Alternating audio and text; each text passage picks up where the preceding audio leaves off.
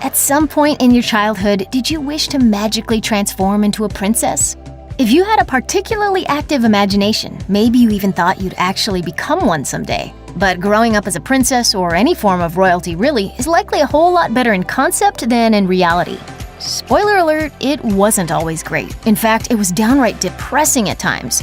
When your mother is the Queen of England, the family dynamic is bound to get a little complicated, to say the least. Here's the real truth behind the Queen and Prince Philip's relationship with their children. Raised by nannies. Prince Charles was born in 1948, just a year after his parents' wedding and around 3 years before his mother became the Queen. Next came Princess Anne, who was born 1 year later. Elizabeth and Philip decided not to have any more children until a decade later. In 1960, the couple welcomed another son, Prince Andrew, and in 1964, welcomed another boy, Prince Edward.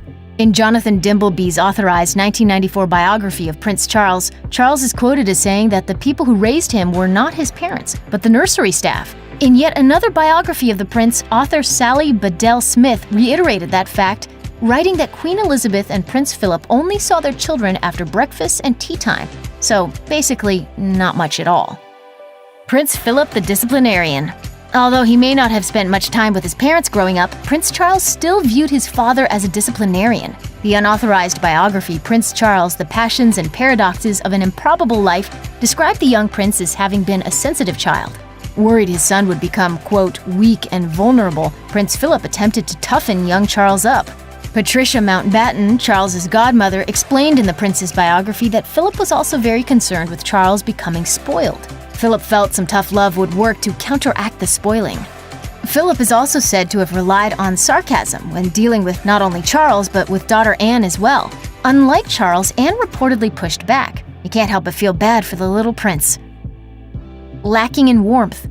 When Charles would sit with his parents during tea time, it wasn't exactly quality family time.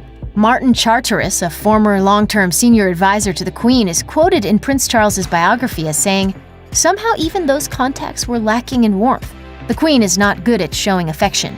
When Charles's parents returned after nearly 6 months away, both the Queen and Philip proved their standoffishness when it came to their children by not embracing them with long hugs or kisses. Instead, they simply shook hands with their then 5-year-old son and 3-year-old daughter. When Charles was 4 years old, however, the Queen did set out to teach her son horseback riding, but unfortunately for Charles, he said, "The whole idea of taking off scared me stiff. It's the thought that counts, right?" A happy unit. In a BBC interview back in 2002, Princess Anne clapped back at the critics who labeled the Queen as an uncaring mother. Instead of aligning with her brother Charles's beliefs and classifying her mother as lacking warmth, Anne seems to feel that her mom was indeed a loving parent. Anne further dubbed the royal family a happy unit in which they all got along. She explained that they may not have been too demanding of their mother's time because they recognized her unique position as, ruler of the country and all.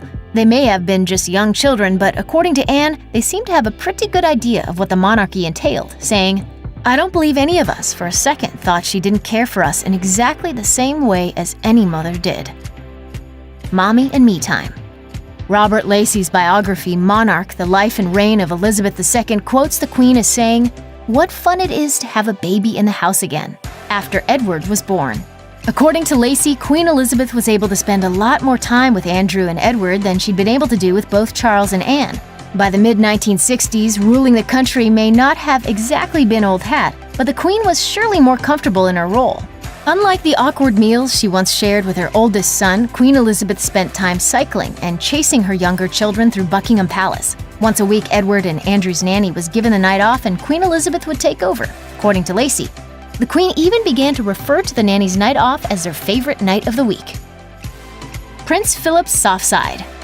It's not exactly a secret that Charles and Princess Diana had a relationship that was fraught with disagreements, infidelity, and essentially everything else that could tear a marriage apart. But Diana seemed to have an ally, and one you might not expect. In 2007, The Telegraph released a transcript of letters written to and from Philip and Diana. The letters were read during the inquest into Diana's tragic death and cast Philip in a new and very caring light. Diana fondly referred to her father-in-law as Pa and would often end her letters with "my fondest love." Philip wrote Diana saying he hoped they could continue their letter writing as an opportunity to exchange views and reassured her, saying, I will always do my utmost to help you and Charles to the best of my ability. Picking favorites. Who's the Queen's favorite? Perhaps that's an impossible question to ask, but some have surmised that it's not actually one of her own children, but rather a daughter-in-law. According to Express, the monarch's preference is Sophie Rhys-Jones, who married Prince Edward back in 1999. Edward is the only one of the Queen's children who has not gone through a divorce. But that may not be why Rhys-Jones is favored. Queen Elizabeth and Rhys-Jones share a lot of similar interests and spend a good chunk of time together, sometimes riding horses, and other times simply relaxing with the grandkids. In 2010, the Queen further proved her love for Rhys-Jones when awarding her with the Grand Cross of the Royal Victorian Order, which is Queen Elizabeth's highest seal of approval. There's no doubt about it, this daughter-in-law is in the Queen's good graces.